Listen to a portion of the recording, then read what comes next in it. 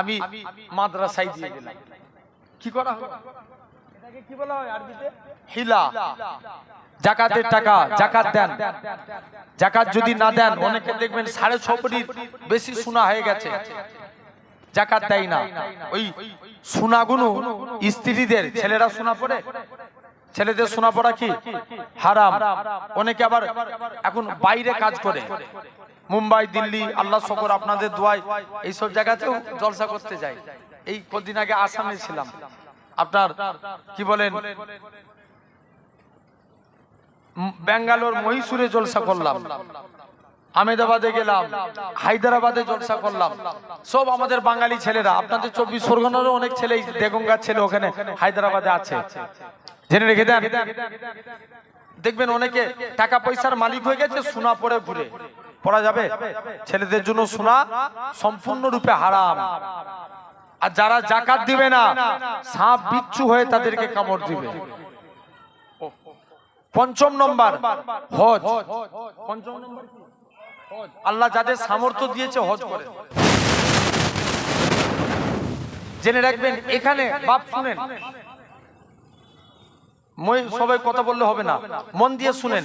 এখানে অনেক গোলমাল পাকায়। দেখবেন কিছু লোক আছে খুব পাকা আছে না, কিছু কিছু সমাজের লোক আছে এরা খুব পাকা। এখানেও পাকামি করতে করতে মক্কা শরীফে যেও পাকামো করে। অনেকে বলে আমরা উমরা করতে এসেছি, উমরার আরকান 4টে। কটা? 4টে। এহরাম পরা, তোয়াব করা, সাই করা, মাথার চুল ফেলে দেয়া। অনেকে বলে কেন আমরা মদিনায় যাব? আল্লাহ শকর আপনাদের দোয়ায় আমি 4 মাস আগে উমরাতে ছিলাম। তো যে ফার্স্ট টাইম যে অনুভব করলাম যে মদিনায় 9 দিন ছিলাম, মক্কায় 7 দিন ছিলাম, কিন্তু মদিনার তুলনায় মক্কায় একটু ভিড় বেশি। কারণ মক্কায় অনেক মানুষ যায়, ওয়াহাবি যায়, নামাজাবি যায়, কিন্তু মদিনায় তারাই যায় যারা হাবিবুল্লাহর গোলাম। জোরে বলে ও, জেনে রেখে দেন। এরকম ভাবে আপনাকে আমাকেও লক্ষ্য করা লাগবে। দেখবেন আমি যে লক্ষ্য করলাম, বেশিরভাগ ইন্দোনেশিয়া, বাংলাদেশ আর ভারতের মানুষ শুধু নবীর মদিনায় যায়, তাছাড়া আদার্স অন্য দিকের মানুষ বেশি যায় না। হয়তো খুব রিয়ার, দু একটা কম, কিন্তু অনেকে এই জায়গায় যে মশলা মারে, বলে উমরা মিটে গেছে বাড়ি চলে যাব, কেন মদিনায় যাব? মুসলমান ঘরের ছেলে মেয়েরা, আব্বারা, তরুণেরা, আল্লাহ আপনাদেরও সবাইকে যাবার তৌফিক দেয়। আমরা যারা এমিরেট ফ্লাইটে যাব, কলকাতা থেকে দুবাই, দুবাই থেকে জিদ্দা, এরকম ভাবে আমাদের মিকাত হলো ইয়ালামলামপার, কিন্তু আমাদের এয়ারপোর্টের ভিতরে এহরাম পরতে হয়। কেননা ফ্লাইটের ভিতরে এহরাম পরা অসুবিধা হয় বলে অনেকে এয়ারপোর্টের ভিতরে এহরাম পরে নেয়। বান্দা এহরাম পরে তালবিয়া পড়তে পড়তে আল্লাহর কাবার দিকে চলে যায়। লাব্বাইক আল্লাহুম্মা লাব্বাইক, লাব্বাইক লা শারীকা লাক লাব্বাইক, ইন্নাল হামদা ওয়ান নি'মাতা লাকাল মুলক লা শারীকা লাক লাব্বাইক। এরকম ভাবে তালবিয়া পড়তে পড়তে আল্লাহর কাবাকে দেখতে পেয়ে যায়। আরে আমার জানের কাবা, আরে আমার মনের কাবা। জীবনে কোনোদিন কাবা কি দেখতে পাবো কি জানি না, সেই কাবার সামনে হাজির হয়েছি। হে নওজোয়ান যুবকেরা, আল্লাহ নবী জানিয়ে দেয়, যারা কাবাকে প্রথম দেখলো, কাবাকে দেখে আল্লাহর কাছে হাত তুলে যা যা দোয়া চায়, আমার আল্লাহ পাক হাজীদের হাতে দোয়া কবুল করে না। শুধু তাই নয়, আল্লাহ নবী জানায়, যারা কাবাকে দেখলো, প্রথমবার দেখলো, এরকম ভাবে কাবাকে তোয়াব করে বান্দা সাফা মারওয়া, এরকম ভাবে মাকামে ইব্রাহিমকে লক্ষ্য করে 2 রাকাত নামাজ পড়ে বান্দা খানা এরকম ভাবে জমজমের পানিকে সাফা মারওয়া সাই করে মদিনার দিকে চলে যায়, মাথার চুল ফেলে দেয়। অনেকে বলে কেন আমরা মদিনায় যাব? কত বড় কপাল ফাটা! দেখেন, এই কাবা শরীফও কত না, আমার রাসূলুল্লাহ যদি না হতো, ইব্রাহিম নবীও হতো না, আমার রাসূলুল্লাহ যদি না হতো, ইসমাইল নবীও হতো না, আমার রাসূলুল্লাহ যদি না হতো, কে নবী খাতিরে আল্লাহ পাক কাবাকে শরীফ করেছে? কেননা নবী আমার মসজিদে কিবলাতাইনে 2 রাকাত নামাজ পড়ছিলেন। নবী আমার নামাজ পড়তে পড়তে নবী আমার মনে মনে করে, আল্লাহ পাক আপনি যদি কাবাকে কিবলা করে দেন, আমি নবী এতেই বড় খুশি।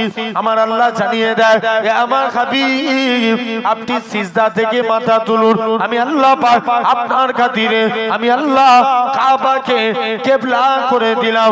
তবে হাবিব রে, আল্লাহ নবী জানায়, যারা মদিনায় আসলো আমি নবী আমাকে সালাম দিল, আমি নবী মদিনা থেকে নিজে সালামের উত্তর দিলাম। যারা মদিনায় আসে আমি নবী আমার মসজিদে এসে 1 রাকাত নামাজ পড়লো, ওই বান্দা কেন জানো 50,000 রাকাত নামাজে সওয়াব পেল। কত হাজার? 50। জেনে রেখে দেন, 50,000 নামাজের সওয়াব পেয়ে গেল। তাহলে এই হজ 5টা কাজ আসেন তো দেখেন, ঈমান আমাদের আনতে হবে। তাহলে মূল জিনিস ওয়াজ বুঝার জিনিস, বলো ইনশাআল্লাহ আমরা বুঝবো তো, মন দিয়ে শুনবো। ভাই কারা বুঝলে আবু বকর, না বুঝলে আবু জেহেল? কি বললাম? বুঝলে আর না বুঝলে আবু জেহেল। আমরা কার দলে থাকবো? আবু বকরের দলে কারা? একবার হাত তুলে দেখাও তো দেখি। তাকবীর দেন না রে, তাকবীর। একবার দেগঙ্গার মতন আওয়াজ করে বলো, এই হাত তুলে রাখবে তো।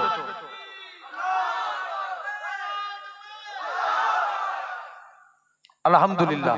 এই যে হাত তুললাম, এটা দেখলো কে? আল্লাহ। সওয়াব দেওয়ার মালিক আল্লাহ। ভালো করে বুঝবেন, আমি প্রতিটা জায়গায় যে বলি, মুসা নবী আল্লাহকে একদিন জিজ্ঞেস করছে, আল্লাহ আমি দেখতে চাই দুনিয়ার জমিনের সবথেকে গুনাহগার মানুষকে। আল্লাহ বলছে, মুসা তুমি অমুক জায়গায় রাস্তায় যে দাঁড়াও, যে প্রথমে হেঁটে হেঁটে যাবে সে হবে গুনাহগার। মুসা নবী বলছে, আল্লাহ আমি নেককারকে দেখতে চাই। আল্লাহ বলছে, মুসা তুই ওই রাস্তাতেই দাঁড়া, যে রিটার্ন ফিরে আসবে সে হবে নেককার। মুসা নবী কনফিউজ, আল্লাহ এটা কেমন করে সম্ভব? মুসলমান ঘরের ছেলে মেয়েরা, বাবা তরুণেরা, এই ক্যাটাগরির মানুষেরা শুনে রেখে দেন, আমার বাপেরা ভাইরা, কেন এরা খুব ভাবে মুসা নবীকে আমার আল্লাহ ডাক দিয়ে বলে, হে আমার কালিমুল্লাহ, হে আমার নবী মুসা। ওই বান্দাটা যখন রাস্তা দিয়ে হেঁটে হেঁটে যাচ্ছিল, তার ছেলেখানা বলতে লাগে, আব্বা জান দুনিয়া বড় না প্রথম আসমান বড়। বাপ কানা জবাব দেয়, বাবা ছেলে দুনিয়া থেকে প্রথম আসমান বড়। ছেলে আবারও বলে, ও জনমদাতা বাপ, প্রথম আসমান বড় না দ্বিতীয় আসমান? দ্বিতীয় আসমান বড়। দ্বিতীয় আসমান বড় না তৃতীয় আসমান? তৃতীয় আসমান বড়। এরকম ভাবে 7 তবক আসমান বড়। ছেলে আবারও বলে, আব্বা জান 7 তবক আসমানের থেকে কি বড়? বাপ কেন জবাব দেয়, বাবা ছেলে 7 তবক আসমানের থেকে আমি তোর আব্বা আমার গুনাহখানা বড়। ছেলে আবারও বলে, ও জনমদাতা বাপ, আপনার গুনাহ থেকে কি বড়? বাপ কেন জবাব দেয়, বাবা ছেলে আমার গুনাহ থেকে আমার আল্লাহ পাকের দয়া, আল্লাহর রহমত খানা বড়। হে নওজোয়ান যুবকেরা, আমার আল্লাহ জানিয়েছিলেন, হে আমার কালিমুল্লাহ, হে আমার নবী মুসা, আমি আল্লাহ পাক তার এতটুকু কথাকে কবুল করে নিয়েছি। আমি আল্লাহ কবুল করে নিয়ে আমার বান্দাটা জীবনের পাখার পাখার গুনাহটাকে আমি আল্লাহ ক্ষমা করে দিয়েছি। আমি আল্লাহ তাকে মাফ করে দিয়েছি। তাহলে আমরাও খুব ভালো করে বুঝবো, একটা মাতাল, একটা যুক্তিবাদী লোক একটা লোককে যুক্তি দিচ্ছে, এটার নাম কি? জোরে বলো। তার। আচ্ছা এই তার ছুঁচের ভিতরে যাবে? যাবে না। যুক্তিবাদী লোক বলছে এত মোটা তার ছুঁচের মধ্যে যাবে না। এক মাতাল বলছে, ওরে খ্যাপা শোন, আল্লাহ চাইলে পারে ছুঁচের মধ্যে হাতি গলিয়ে দিতে। জোর করে বলো। আচ্ছা বলো, ইমানটা কার? মাতালের। তাহলে আমাদেরও ঈমান আনতে হবে, আগে ঈমান জেনে রেখে দেন। আল্লাহ এরকম কিছু নিয়ামত দেখান, মন দিয়ে শুনো। ফুরফুরা শরীফের নাজমুস সাদাত নোয়া হুজুর পীর কেবলা রাহমাতুল্লাহ আলাইহি 25 বছর আগে ইন্তেকাল হয়েছে। কত বছর? 25 বছর। 25 বছর পর বাকি বিল্লাহ হুজুর ইন্তেকাল করলেন। দাদা হুজুর কেবলার মাজারে দেখবেন জায়গা শর্ট, হ্যাঁ কি না? এখন নোয়া হুজুর কেবলার কবরের দিকে মাটি চেপে যাচ্ছে। কোন দিকে? নোয়া হুজুর কেবলার কবরের দিকে চেপে গেছে, লাশ বেরিয়ে গেছে। 25 বছর আগে লাশ তো দূরের কথা, কাফন পর্যন্ত টাটকা আছে। জোরে বলে আল্লাহ এরকম কিছু নিয়ামত দেখান। আরব একটা কবরস্থান ঘিরা হচ্ছিল। কি কবরস্থান? কবরস্থান ঘিরতে ঘিরতে এক সাহাবীর লাশ বেরিয়ে গেছে। আপনার 1500 বছর আগে ইন্তেকাল হয়েছে। কপালে তীর ঢুকে গেছিল, এটা ফেসবুকে খুব ভাইরাল হয়েছে। যেই আগুল টিপে ধরেছিল ওই অবস্থাতেই কবরে শুয়ে আছে। যেই আগুলটা সরিয়ে দিচ্ছে ফিচকিরি দিয়ে রক্ত বার হচ্ছে। দেখেছেন না? অনেকে দেখেছে, এটা ফেসবুকে ভাইরাল। জেনে রেখে দেন, কেন বলেন তো? সাহাবা জেনে রেখে দেন, এরকম ভাবে সাহাবা হুজুরের লাশ বেরিয়ে গেছে, আজও তাদের রক্ত চলাচল হচ্ছে। তারা মরে না, মরেও তারা জিন্দা। জোরে বলেন। জেনে রেখে দেন, আল্লাহ এরকম কিছু নিয়ামত দেখান যে বান্দা তারপরেও তোরা হেদায়েত হও। আবার আল্লাহ এরকমও কিছু দেখান, একজন মন দিয়ে শুনো, একজন কবর দিতে গেছে। কবর দিতে যে দেখে বুক পকেটে ডকুমেন্টস রেখেছিল। কি ডকুমেন্টস? কবর দিতে যে বুক পকেটে ডকুমেন্টস রেখেছে। এখন ডকুমেন্টস রাখার পর আপনার যেই বুক পকেট থেকে কবরে মাটি দিতে গেছে, সব ডকুমেন্টস কবরের ভিতরে পড়ে গেছে। আর খেয়াল নাই, মাটি দিয়ে চলে এসেছে। খুঁজাখুঁজি করছে, বলছে নিশ্চয়ই কবরে পড়েছে। ইমাম সাহেবকে যে বলছে, ইমাম সাহেব আমার মনে হচ্ছে আমার এই ডকুমেন্ট সব কবরের ভিতরে পড়ে গেছে। ইমাম সাহেব বলছে চলো, এই মাত্র তো মাটি দিয়ে এলাম, একবার যে কবরটা খুলে বার করে দিই। কবর খুলতে যে দেখে স্বাভাবিক একটা মানুষের জিভ বার হয়, দেখবেন হাতের এক তালু পর্যন্ত। কত তালু? এক তালু।